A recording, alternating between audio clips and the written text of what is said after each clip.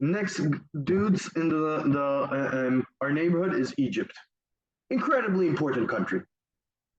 Just like Iran and Persia, Egypt has enormous history and they feel themselves as incredibly important.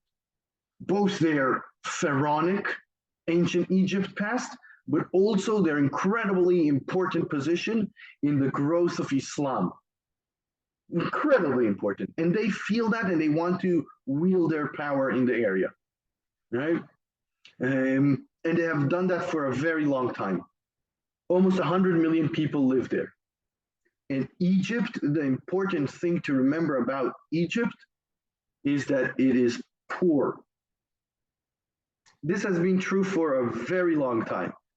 It might be for moments in time less poor than it used to be, but on a global scale, Egypt is a poor country. It has 17% unemployment. The United States, Israel, both of us stand at around 3.5%.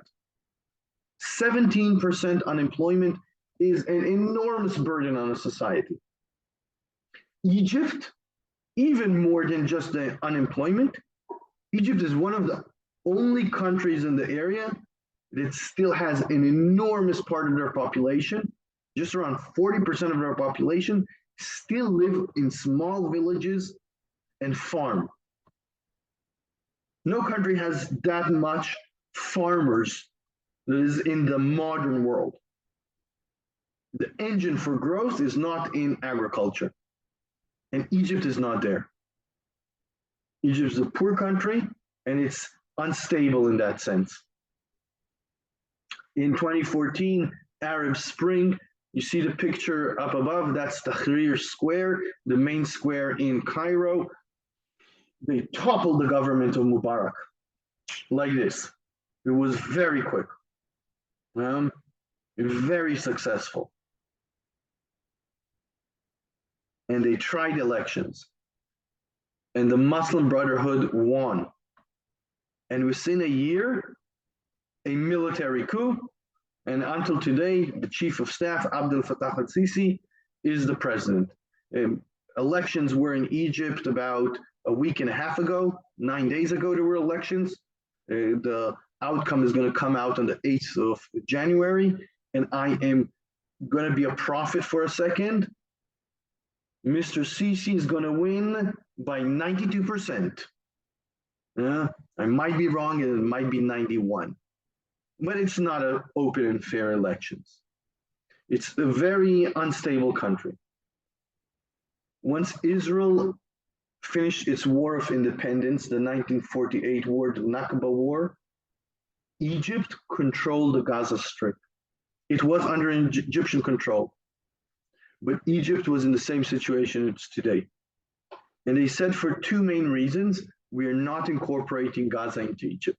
They never made it part of Egypt. From 48 till 67, it was a territory under their control. That's how they saw it. For two reasons. One, they said, we don't want to incorporate it into Israel. The Palestinians deserve a country of their own. If we incorporate it into Israel, we're taking it away from the Palestinians. We'll keep watch over it for the Palestinians till the day that they will get back their country. That's what they rhetorically said.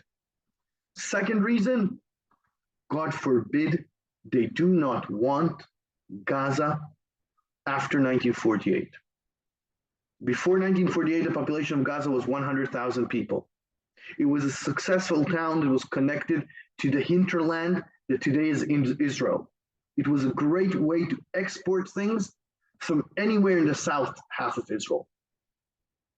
Once 1948 happened, there's closure between Gaza and Israel. It has no more economic force, and the population goes from 100,000 to 200,000. That extra 100,000 are refugees. A refugee is somebody that left all his belongings and fled for his life. And once he's on the other side, he has nothing. The thing that Egypt does not need is working hands. It has enough poor people of its own. It doesn't want to take the Gazans in because that, in their view, will further destabilize the state. After the war in Ukraine, price of grain went up. Ukraine is one of the world's largest producers of wheat, and Egypt is one of the greatest importers of wheat. Egyptians live off the pita bread, which is a commodity that's its price is given and stated by the state. Wheat is backed by the state in Egypt, just like, you pay gas on average about $3.2 a gallon, which is about just under $1 a liter in the United States. In Israel, we are at $2. That $1 difference is the state backing the price of oil for you guys.